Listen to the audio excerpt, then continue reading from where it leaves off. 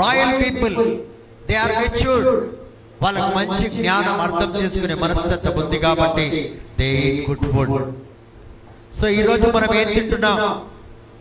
అదే విధంగా సంఘాలలో చూస్తే, దేవుని సన్నిధిలో చూస్తే కేవలం ఏదో చూసి పరిగెడతాం, కానీ అక్కడ దొరికే ఫుడ్ ఏంటిది?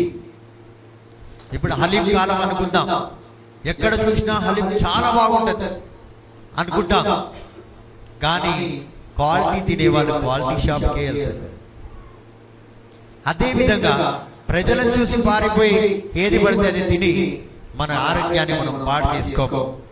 కాబట్టి క్వాలిటీ స్థలాన్ని ఆ రీతిగా మనం ఉండాలి ప్రియమైన దేవుని బిడ్డలారా. సో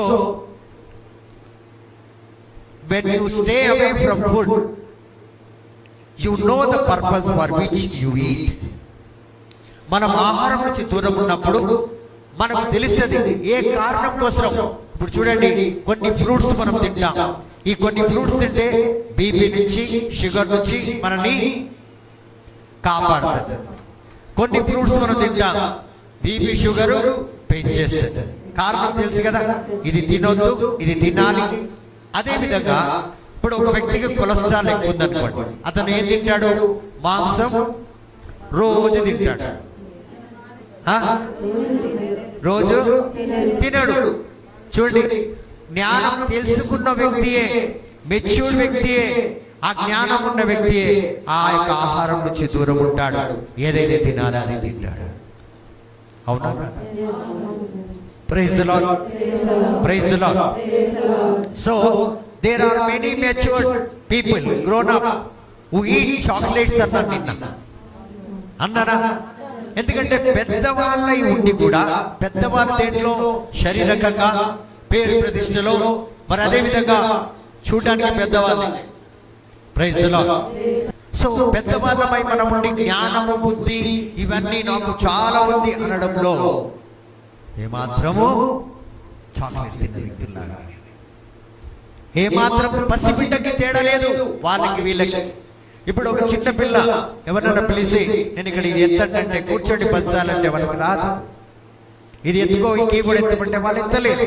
సో మీరు ఎవరితో సమానం? ఇప్పుడు మీకు పర్సనాలిటీ బాగుంది, ఏజ్ బాగుంది, మీరు అన్నింటిలో పెద్ద పేరు మీకు, ఓ అది ఇది అంటారు, కానీ నువ్వు ఇంకా దేవుడి రాజ్యంలో చాక్లెటే.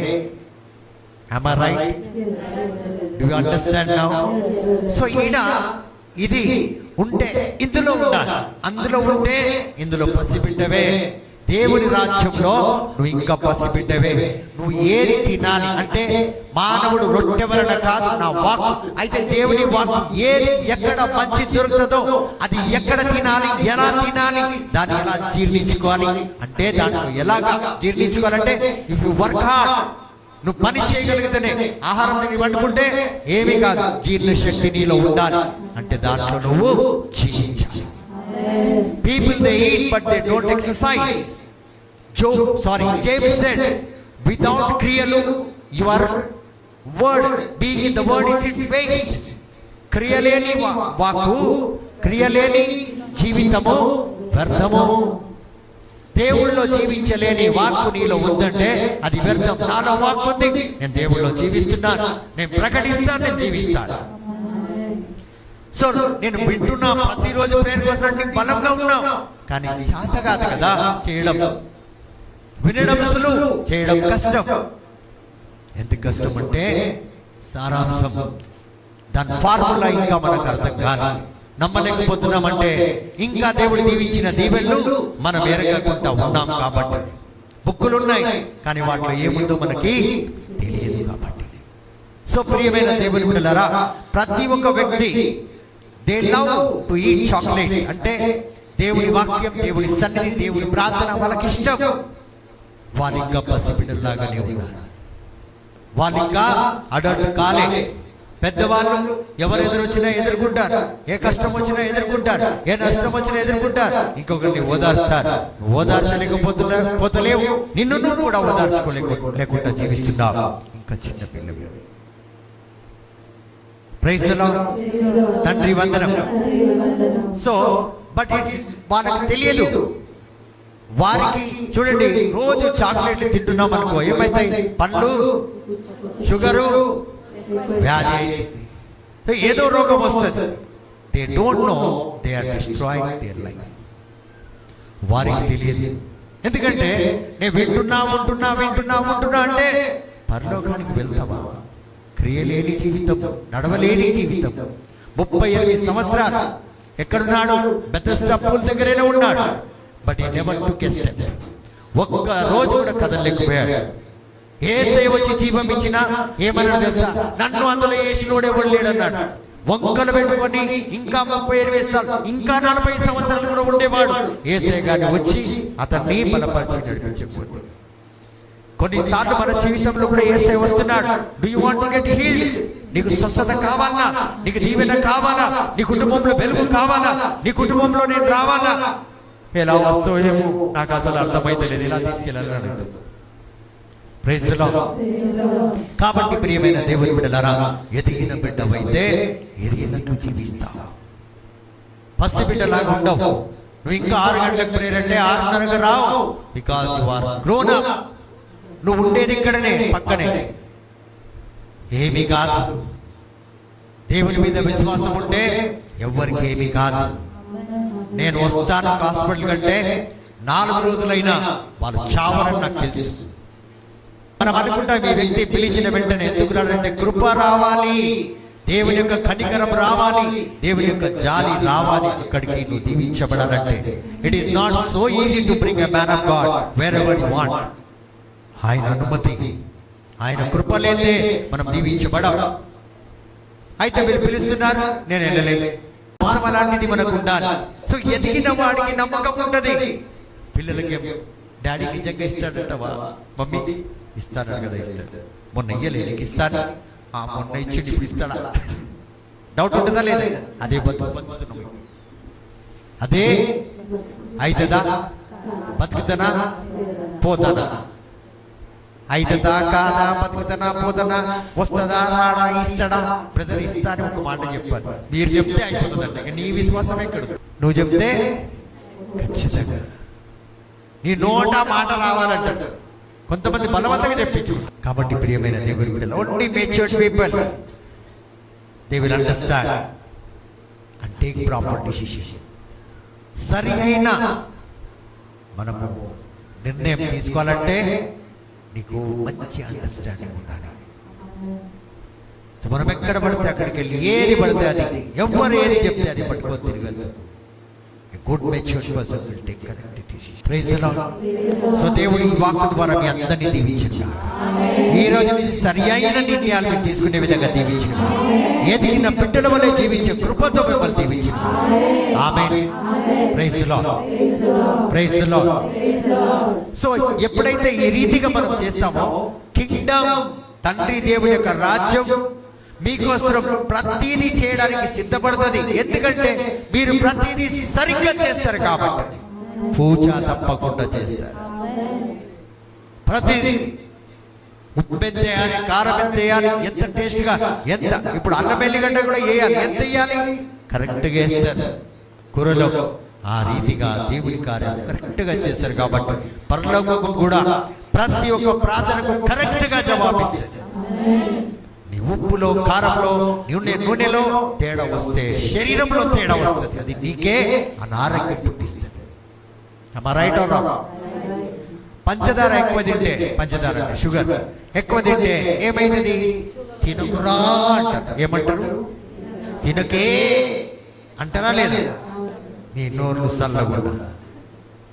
అదేవిధంగా బయట దేవుడి రాజ్యం కంటే బయట ఏదైనా తింటే అనే విధంగా తినకురా. ఏ భూషణ్, అవునా కాదు? Praise the lord. కాబట్టి ప్రియమైన దేవుని బిడ్డలారా, you should be very alert. when you become matured, don't think you are matured in the kingdom of God.